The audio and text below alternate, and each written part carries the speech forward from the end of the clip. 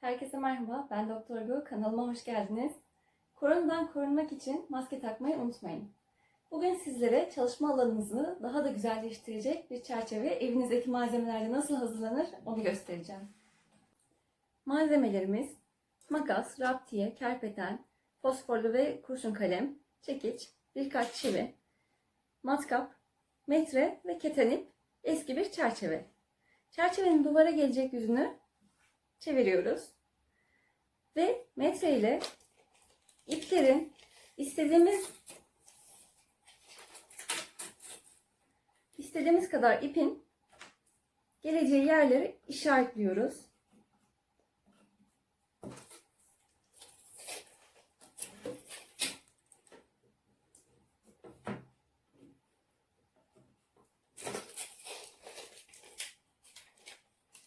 Duvardaki çivilere gelecek çerçevenin üzerindeki kısmı işaretliyoruz. 2 tane çivimiz olacak. Duvara sabitlemek için. Ve bunların üstünden fosfor kaleme geçiyoruz.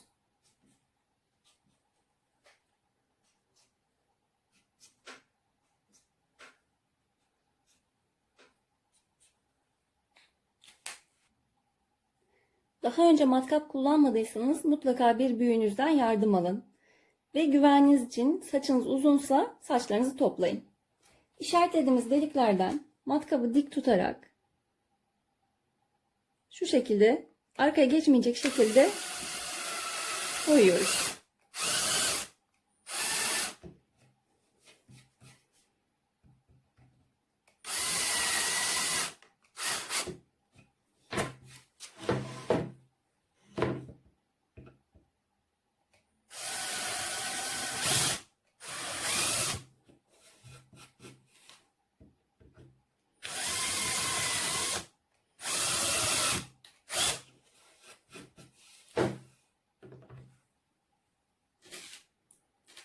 Duvar için kullanacağınız çivilerle derinliği test edebilirsiniz. Bunu biraz daha büyütelim.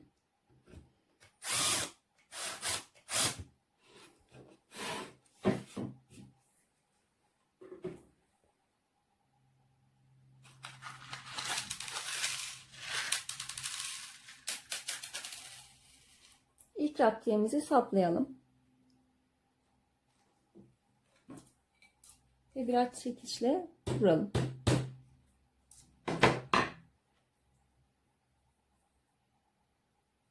İple etrafından düğüm atalım.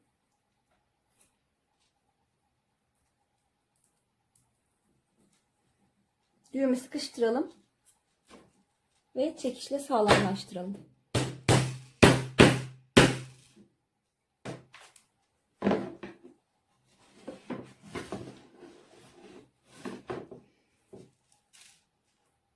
Karşısına bir raptiye daha atalım.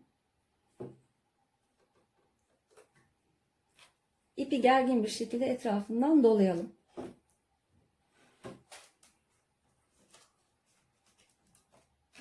Ve çekişle sabitleyelim. Aynı işlemi tekrarlayalım.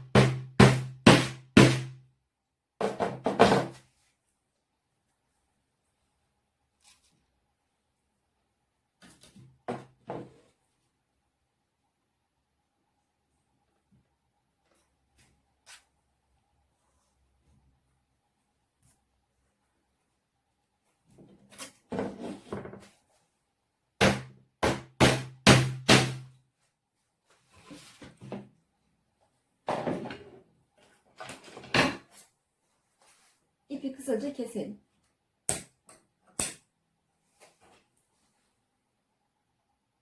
Duvarda istediğimiz yüksekliği işaretleyelim ve çiviyi kerpetenle tutarak duvara çakalım.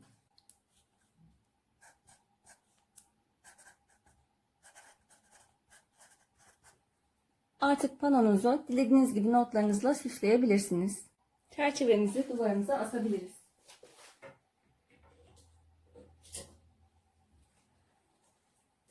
Evdeki mandalların dikkatini boyayarak notlarımızı çerçeveye tutturabiliriz.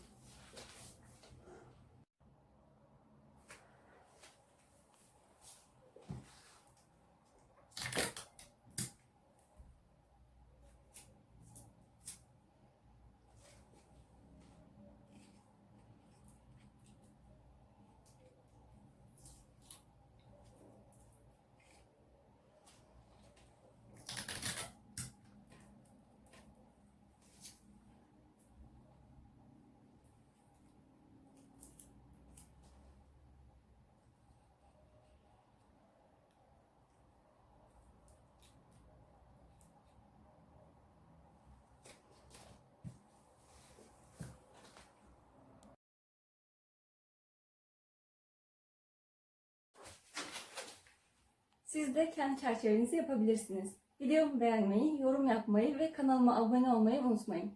Herkese iyi günler.